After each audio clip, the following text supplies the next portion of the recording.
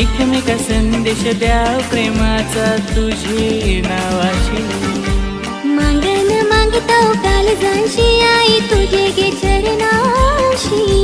नाचून गाऊन वर्षांची आता आई तुला बंदराशी